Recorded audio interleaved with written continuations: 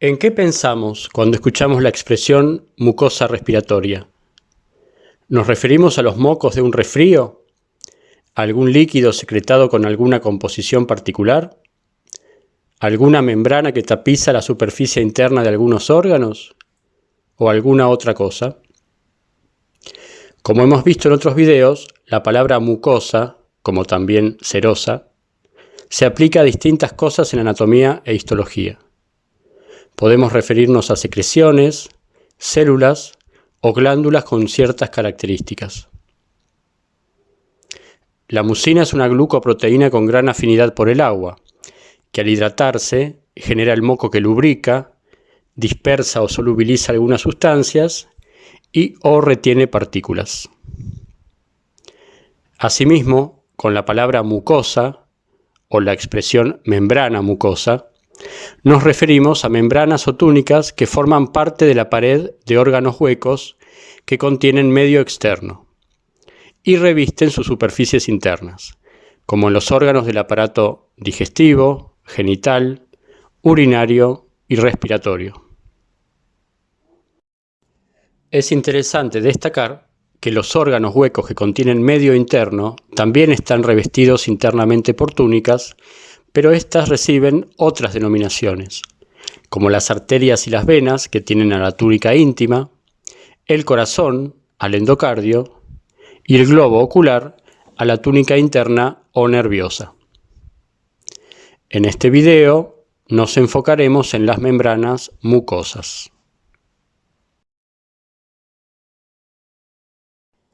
Al estar enfrentadas al medio externo, las túnicas mucosas son muy importantes porque actúan como barrera, impidiendo la entrada de microorganismos o de ciertas sustancias, pero también permiten absorber determinadas moléculas o iones, a la vez que secretan otras, y son sitio de diversas reacciones. Las membranas mucosas están compuestas por distintas láminas.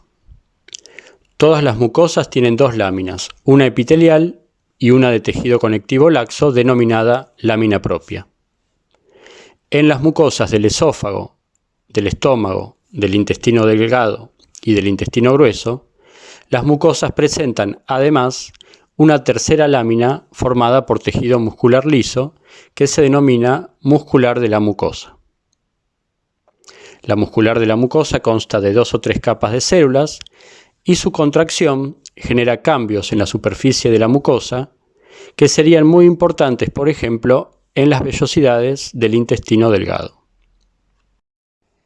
La lámina de tejido conectivo laxo contiene capilares sanguíneos y linfáticos y componentes del tejido linfático asociado a mucosas.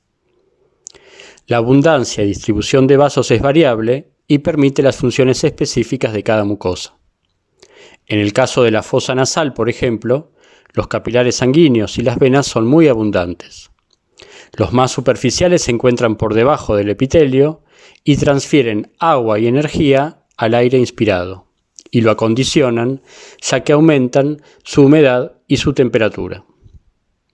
Además, en la fosa nasal, la lámina propia posee una vascularización muy particular que incluye unas venas denominadas sinusoides cavernosos, que forman estructuras eréctiles. El flujo de sangre en estas estructuras presenta variaciones periódicas, lo que genera aumento y disminución de sus tamaños que se alternan entre las fosas derecha e izquierda, condicionando el flujo de aire por un lado o por el otro. La lámina epitelial es la porción más variable de mucosa a mucosa. Está formada por un epitelio de revestimiento que en muchos casos también es capaz de secretar algunas sustancias. En mucosas como las del esófago, la vagina o la boca, el epitelio es estratificado plano. En la conjuntiva, el epitelio es estratificado plano en algunas partes y estratificado cilíndrico en otras. Los epitelios estratificados otorgan protección y resistencia al estrés mecánico, ya que si se dañan las células más superficiales, hay otras capas celulares subyacentes. En el intestino, el epitelio de la mucosa es cilíndrico simple, lo que representa una ventaja para el transporte de sustancias que se absorben.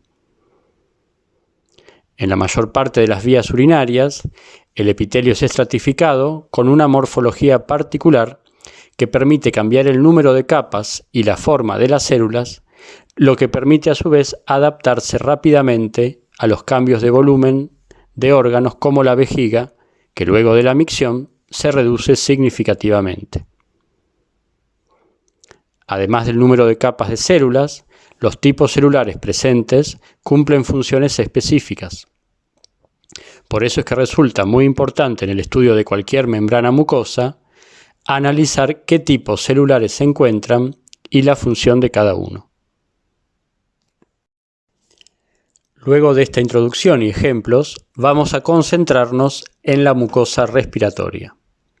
En primer lugar, vamos a decir dónde se ubica, ya que la encontramos en varios órganos. Partes de la fosa nasal, partes de la faringe, casi toda la laringe, en la tráquea, en los bronquios. Es decir, que gran parte de la porción conductora de la vía aérea se encuentra tapizada por esta mucosa. La mucosa respiratoria cuenta con una lámina propia que tiene abundantes fibras elásticas y que, como mencionamos, en la fosa nasal presenta particularidades en sus vasos sanguíneos, y una lámina epitelial. La lámina epitelial está dada por un epitelio cilíndrico pseudoestratificado. Recordemos que estos epitelios son simples, ya que todas las células están adheridas a la membrana basal, pero en la observación microscópica parecen estratificados, y por eso reciben el nombre de pseudoestratificados. En este epitelio se encuentran 5 tipos de células que difieren tanto en su morfología como en su función. Células ciliadas, células caliciformes, células en cepillo, células de gránulos pequeños o endócrinas y células basales. Las células ciliadas son muy abundantes. Son cilíndricas altas y cada una puede presentar cerca de 200 cilios, cada uno con su respectivo cuerpo basal, que en los preparados habituales coloreados con hematoxilina y eosina se observan intensamente eosinófilos y se observan por acumulación como una línea. Los cilios presentan movimiento activo que mueve el moco que se encuentra apoyado en la superficie del epitelio, y con ello provoca el desplazamiento de partículas que se encuentran en la vía aérea.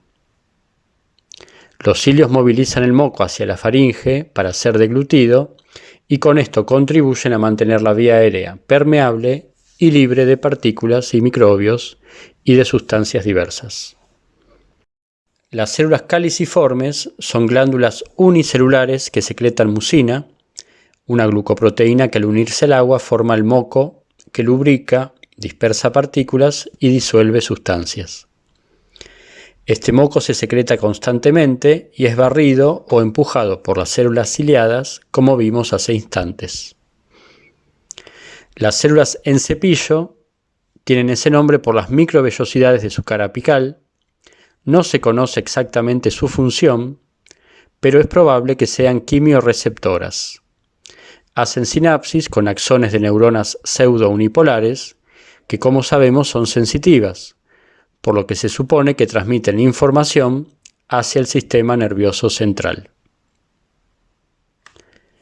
Las células endócrinas o de gránulos pequeños tienen gránulos de secreción en su porción basal que contienen serotonina y varios péptidos, cuya función en la vía aérea no está del todo aclarada.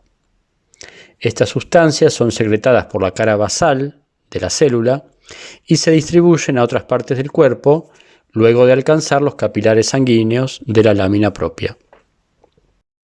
Las células basales son células madre poco diferenciadas que hacen mitosis y se diferencian a cualquiera de los otros tipos celulares de este epitelio.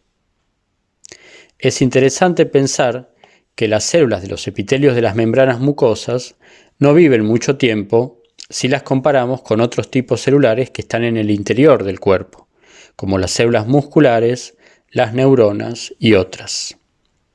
Las células epiteliales de las mucosas están expuestas a distintos tipos de estrés, por lo cual mueren y son reemplazadas.